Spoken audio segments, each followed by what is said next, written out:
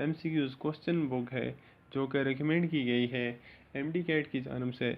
उसके अंदर जो क्वेश्चन बैंक है उसमें सबसे पहला जो बायोलॉजी पोर्शन का क्वेश्चन है वो है न्यूक्लियस में be dash or dash in shape. Option देखते हैं नीचे, irregular, spherical, option B rectangular and spherical, option C elongated and spherical, option D है एलिप्सॉइडल एंड स्क्वायर। अब आपने न्यूक्लियस की जो स्ट्रक्चर जो आपने सेल ड्रा करते थे उसके अंदर आपने ड्रा की होगी स्फेरिकल, तो आपने क्या करना है कि जो स्फेरिकल जिन जिन ऑप्शन में आ रहा है उन ऑप्शन को अपने जहन में रखें, जिनमें नहीं आ रहा स्फेरिकल तो उसको आपने एक्सक्लूड कर देना है। जैसे ऑप्शन डी में नहीं है तो आपने इसको एक्सक्लूड कर देना है।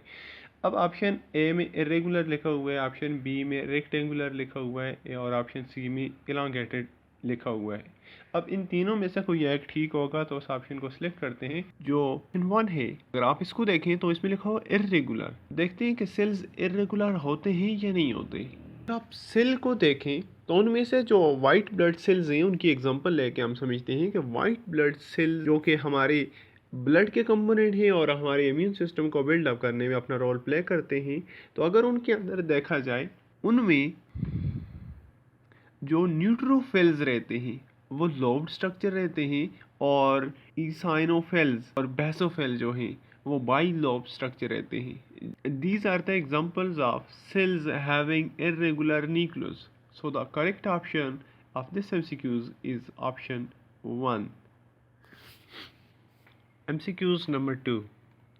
The example of polynucleate cell is option 1 है इसमें smooth muscle cells, option B है striated muscle cells and option C striped muscle cells and option D skeletal muscle sales.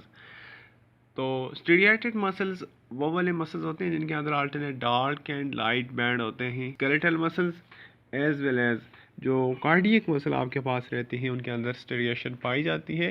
सो जो इनमें ऑप्शन जो बेस्ट ऑप्शन रहता है, स्मूथ मसल सेल्स के अंदर भी एक न्यूक्लियस पाया जाता है, स्टीरियाटेड मसल सेल्स के अंदर भी एक न्यूक्लियस पाया जाता है एंड ऑप्शन डी जो है स्केलेटल मसल सेल के अंदर बहुत सारे न्यूक्लियस पर सेल पाए जाते हैं। और इसके अंदर बहुत से न्यूक्लियस पाए जाने की रीज़न क्या है, एक्सप्लेनेशन क्या है? तो skeletal muscles are highly elongated and become अनवाइडली to by controlled by a single nucleus. Cell बहुत ज़्यादा एलोंगेटेड होते हैं और उसकी वजह से न्यूक्लियस एक पोजीशन पर रहते हैं तो डिस्टिंक्ट पार्ट्स में उसका कंट्रोल कम हो जाता है, नहीं रहता, तो इसलिए सिंगल सेल में बहुत सारे न्यूक्लियाई पाए जाते हैं। Question number 3, in non dividing phase nucleus contain blank and soluble shape called blank respectively.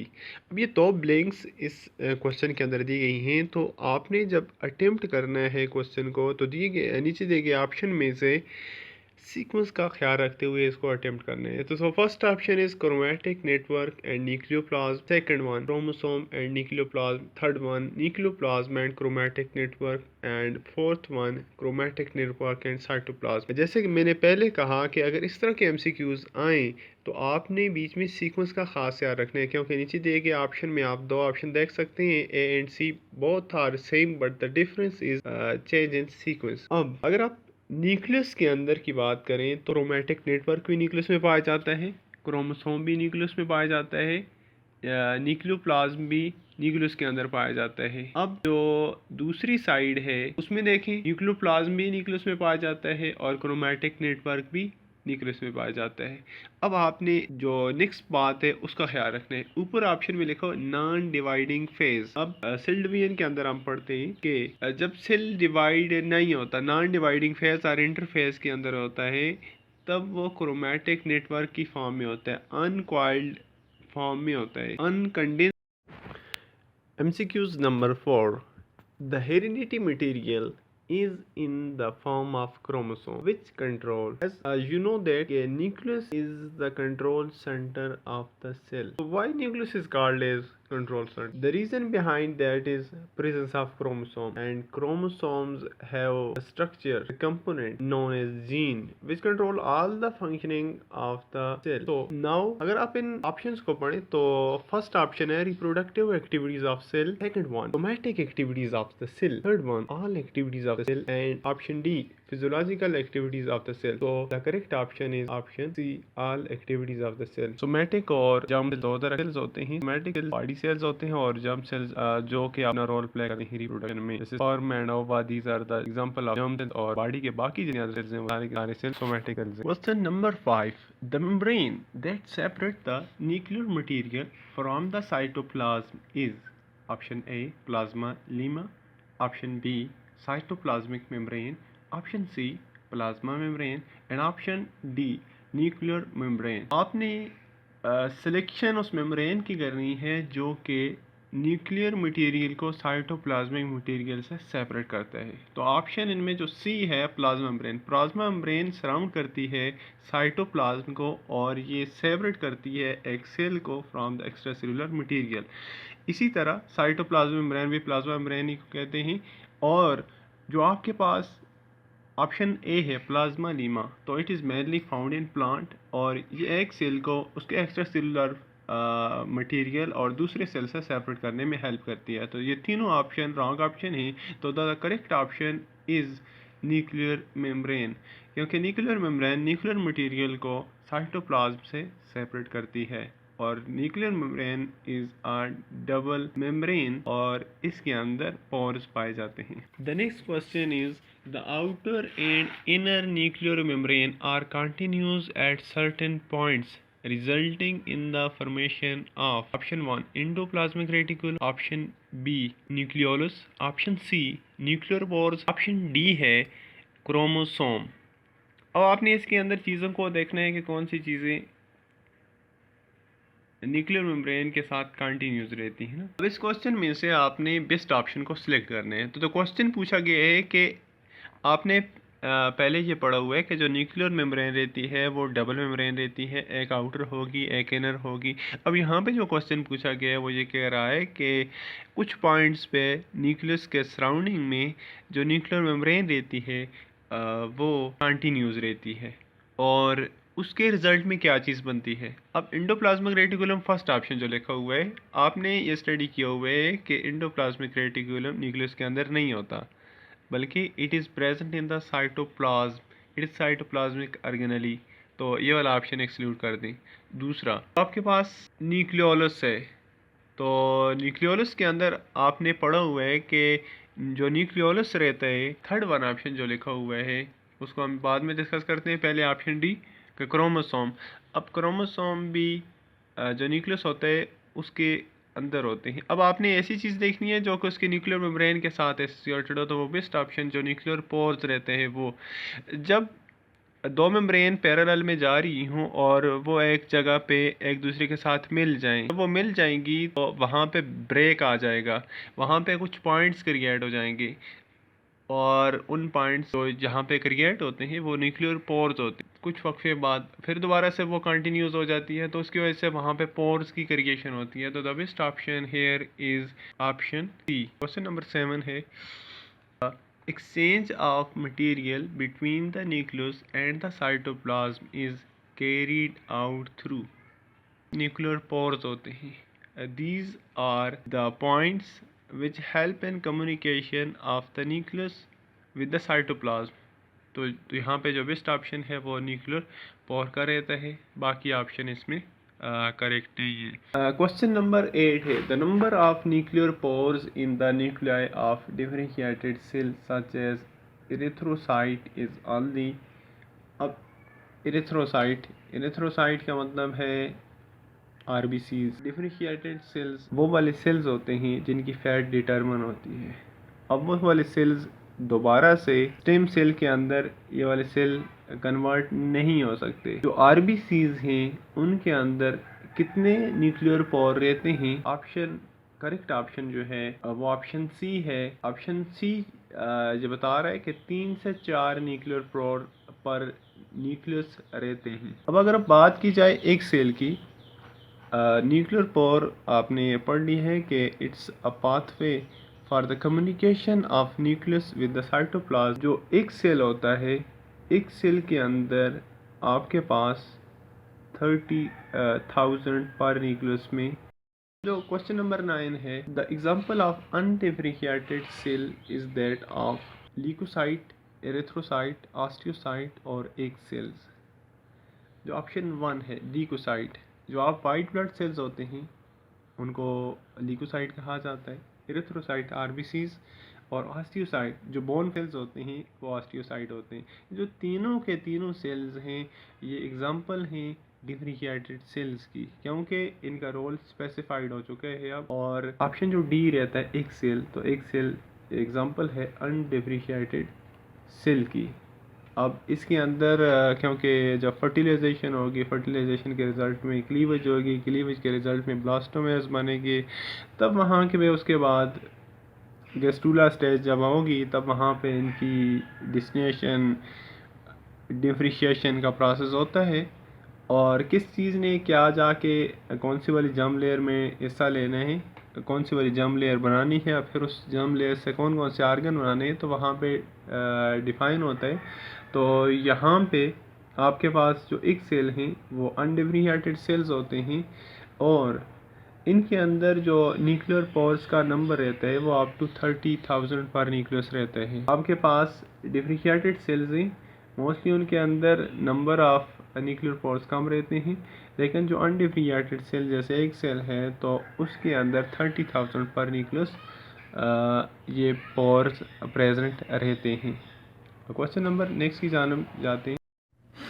Question number 10. Number of nuclei may be many per nucleus. Option B 1 per nucleus. Option C 1 or 0 per nucleus. And option D 0 per nucleus. इनमें से जो correct option है वो option है option C 1 or more per nucleus. The reason behind option C is कि जो diploid sales हैं different types के, उनमें मिनिमम या तो एक हो सकते हैं और मैक्सिमम अप टू 1000 भी हो सकते हैं। It depends upon the activity of the cell कि वो कितना एक्टिव है, तो उस लिहाज से उसमें नंबर ऑफ न्यूक्लियाई प्रेजेंट रहते हैं। और तो अगर जितना सेल एक्टिव है तो उस बेस पे उसमें नंबर ऑफ न्यूक्लियाई भी ज़्यादा प्रेजेंट रहते हैं। Question number 11. It is the dash where ribosomes are assembled and then exported to the cytoplasm via nuclear pore.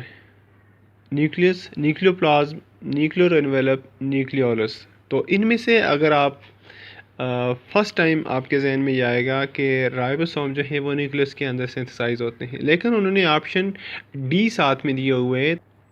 अब जो ऑप्शन आपके पास डी है वो ऑप्शन डी स्पेसिफाइड जगह है जहाँ पे सिंथेसाइज होते हैं और राइबोसोम्स ये प्रोटीन सिंथेसिस की फैक्ट्रीज हैं। तो राइबोसोम्स जब वाया न्यूक्लियर पोर ये सेल के बाहर जाते हैं तो वहाँ पे जाके ये प्रोटीन सिंथेसिस का प्रोसेस करते हैं। तो इसमें से जो करेक्ट ऑप्शन रहेगा वो ऑप्शन डी रहेगा। Question number 12. During cell division thread like material is converted into darkly stained structure known as dash nuclei, nuclear membrane, option C nucleosome और ऑप्शन डी आपके पास क्रोमोसोम। इनमें से राइट ऑप्शन आपने pick करना है। आपने वीडियो के बिगिनिंग में ये ऑलरेडी स्टडी कर लिए हैं कि पहले क्रोमेटिन नेटवर्क इंटरफेस के अंदर रहते हैं जो नॉन डिवाइडिंग फेज होते हैं उसके अंदर रहते हैं, और जब वो कंडेंस हो जाता है तो वो एक स्ट्रक्चर के अंदर कन्वर्ट हो जाता है जिसको क्रोमोसोम कहा जाता है। अब जो क्रोमोसोम होते हैं ये डिवीजन फेज़ के अंदर अपीयर होते हैं, और अगर आप इसको माइक्रोस्कोप के नीचे देखें तो ये थ्रेड लाइक रहते हैं और डार्कली स्टेन्ड बॉडीज़ रहती हैं। तो the correct option for this MCQs is option D. अगर आप क्रोमोसोम की स्ट्रक्चर को ओपन करें तब आपको वहाँ पे कंपोजिशन के अंदर प्रोटीन और DNA, प्रोटीन के अंदर जो स्टोन प्रोटीन रहती है वो रहती है। अब वहाँ पे बीड लाइक स्ट्रक्चर बनती है एक, जिसके अंदर 8 मॉलिक्यूल ऑफ स्टोन और उसके ऊपर DNA रैप रहता है। तो वहाँ पे उस स्ट्रक्चर को नाम दिया जाता है nucleosome. Question number 13. The place on chromosome where spindle fibers are attached during cell division is called option A centromere. Centromere जो आर्म्स ऑफ क्रोमोसोम होते हैं जिनको क्रोमेटिड कहा जाता है उनको अटैच करवाती है। Option B chromatid, option C secondary construction. Along the length of chromatid एक अनदर पॉइंट ऑफ यूनियन रहता है जिसको सेकेंडरी कंस्ट्रक्शन और न्यूक्लियोलर ऑर्गेनाइजर कहा जाता है, वो प्रेजेंट रहता है। और ऑप्शन डी है न्यूक्लियोसोम। तो nucleosome as I already told you that कि जब आप क्रोमोसोम की स्ट्रक्चर को डिटेल के साथ देखते हैं तब वहाँ पर आपको जो डीएनए होता है वो सराउंड किए हुए कुछ प्रोटीन मालिक्यूल होते हैं उनको दिखाई देता है और वो बीट लाइक अपीयरेंस देते हैं जिसको न्यूक्लियोसोम कहा जाता है। तो the best option here is centromere के जहाँ पर आकर स्पिंडल फाइबर अटैच रहते हैं। Question number 14 is each chromosome consist of dash at the beginning of cell division. Two non-sister centromere, two sister chromatid, two non-sister chromatid, and option D is two sister centromere। तो centromere आपको एक picture दिखाई दी गई जिसके अंदर chromosome की structure को बताया गया है। तो इस स्ट्रक्चर में आप देखें तो किसी एक क्रोमोसोम के अंदर आपको सिर्फ और सिर्फ एक ही सेंट्रोमेयर दिखाई देता है।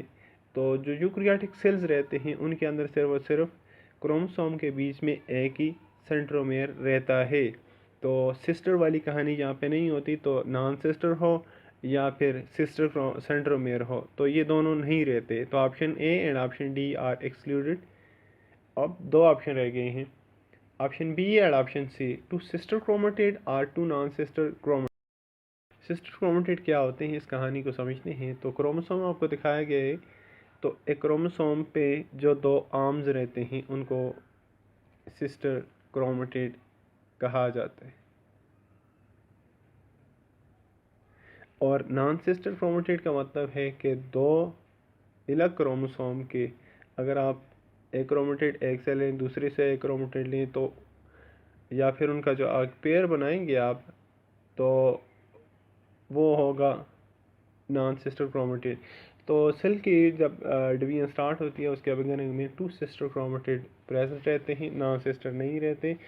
तो the best option here is two sister chromatid option. Question number 15. All the information needed to control the activities of cell is located on chromosome in the form of option A centromere, option B kinetochore, option C genes and option D genetic material। तो जो chromosome के ऊपर आपने पढ़ा हुआ है कि gene present रहते हैं और जीन क्रोमोसोम की जिस जगह पे प्रेजेंट रहते हैं उसको लोकस कहा जाता है। तो genes are responsible for transmission of character because they contain information. तो जीन्स वाला ऑप्शन करेक्ट ऑप्शन है। Question number 16। The number of chromosome in blank remains constant generation after generation. All individual of same species, all individual of different species, few individual of same species and few individual of different species। तो इनमें से जो right option है वो है all individuals of the same species।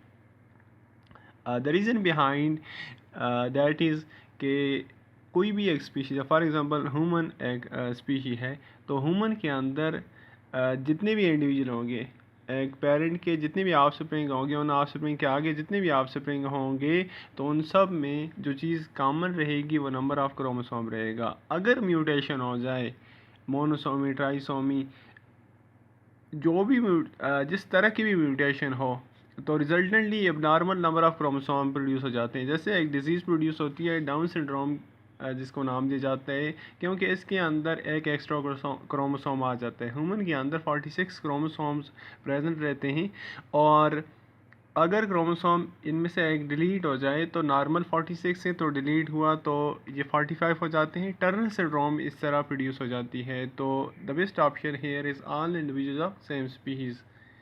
Question number 17 है in man each cell contain 23 chromosome, 46 chromosome, 8 chromosome and 48 chromosome. Option जो रहता है इनमें ऑप्शन बी ऑप्शन 46 क्रोमोसोम।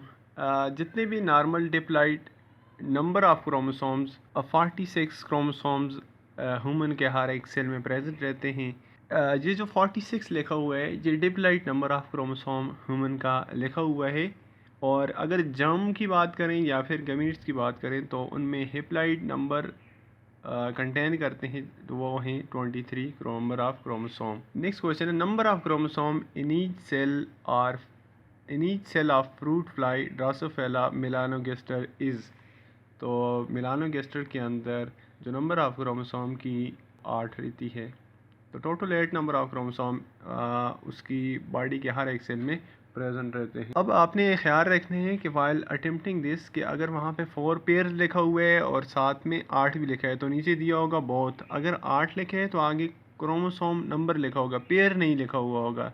तो इस बात का ख्याल रखना है कि पेयर जहाँ पे लिखा हो तो पेयर के हिसाब से ऑफ होते हैं, और अगर फुल नंबर ऑफ क्रोमोसोम लिखा हुआ है तो फिर आपने वो सिलेक्ट करना है। अगर फीमेल की बात की जाए तो फीमेल के अंदर 4 होमोलॉगस पेयर रहते हैं, और अगर मेल की बात की जाए तो 3 होमोलॉगस पेयर ऑफ क्रोमोसोम रहते हैं, और एक पेयर जो क्रोमोसोम का रहता है वो non homologous pair of chromosome in male. 3 homologous and one is non homologous. और नेक्स्ट क्वेश्चन है, in each cell of garden pea the number of chromosome is. तो गार्डन पी, जिसको पायसम सटवम भी कहते हैं, जिस पे मेंडल ने बहुत ज़्यादा वर्क की है, तो उसका जो क्रोमोसोम नंबर रहता है वो 14 रहता है, और जो 14 है it is normal diploid number of chromosome in garden pea. इस तरह और भी बहुत सी नंबर ऑफ़ क्रोमोसोम के ऊपर एमसीक्यूज़ बन सकती हैं, जैसे अनियन के अंदर कितना रहता है, जैसे फ्रॉग के अंदर कितना रहता है, जैसे वीड के अंदर कितना रहता है। तो आपने एक लिस्ट बना लेनी है, या बुक से जो लिस्ट बनी हुई है उसको देख लेना है कि किसके अंदर कितने नंबर ऑफ़ क्रोमोसोम पाए जाते हैं, because these are important for MCQs. Question number 20 है, the number of chromosome in germ cell is. तो जो हमने पीछे ह्यूमन वाला क्वेश्चन किया, तो वहाँ पे हमने बताया था कि जो गमीट होते हैं, एग्स हों या फिर स्पर्म हों, तो उनके अंदर हेप्लॉइड नंबर ऑफ क्रोमोसोम रहता है, तो वो है option C, haploid. The next question 21 is human sperms and eggs have. अब ये जो जर्म सेल्स हैं, ह्यूमन एग भी और स्पर्म भी, एक मेल के अंदर जो स्पर्म प्रेजेंट रहते हैं और फीमेल के अंदर जो एग प्रेजेंट रहते हैं, ये गमीड हैं और ये हेप्लॉइड नंबर रखते हैं। तो हेप्लॉइड नंबर जो आपके पास इन ऑप्शन में से है 23, 46, 4 और 13 में से, वो है 23। तो right option here is 23। Question number 22 is number of chromosomes in pollens of onion is 14, 16, 8 और 7। तो अनियन के जो क्रोमोसोम नंबर रहते हैं वो रहते हैं 16। अब 16 जो वो वाले सेल जो कि रिप्रोडक्टिव सेल्स नहीं होते उनमें प्रेजेंट रहते हैं, लेकिन जो इनके रिप्रोडक्टिव सेल्स जो फीमेल एंड मेल गमीट रहते हैं उनके अंदर हाफ नंबर ऑफ क्रोमोसोम, जैसे ह्यूमन के अंदर half number of chromosome gamete के अंदर, इस तरह इनके गमीट्स के अंदर भी हाफ नंबर ऑफ क्रोमोसोम रहते हैं। तो पोलन ये एज अ मेल गमीट काम करता है, तो वहाँ पे जो क्रोमोसोम नंबर रहेंगे वो 8 रहेंगे। सेम इसी तरह का क्वेश्चन नंबर 23 है, number of chromosome in the sperms of frog is, as already told you that कि जो गमीट्स होते हैं उनके अंदर हाफ नंबर ऑफ क्रोमोसोम रहते हैं, चाहे वो किसी के भी हों। लेकिन जो दूसरे बॉडी सेल्स रहते हैं उनके अंदर full number of chromosome, diploid number of chromosome रहता है। तो यहाँ पे जो फ्रॉग का डिप्लॉइड नंबर ऑफ क्रोमोसोम है वो 26 है, लेकिन यहाँ पे स्पर्म की बात की गई है, तो स्पर्म के अंदर हाफ होंगे 26 के, तो वो हैं 13। तो option B is the correct option of for this MCQ.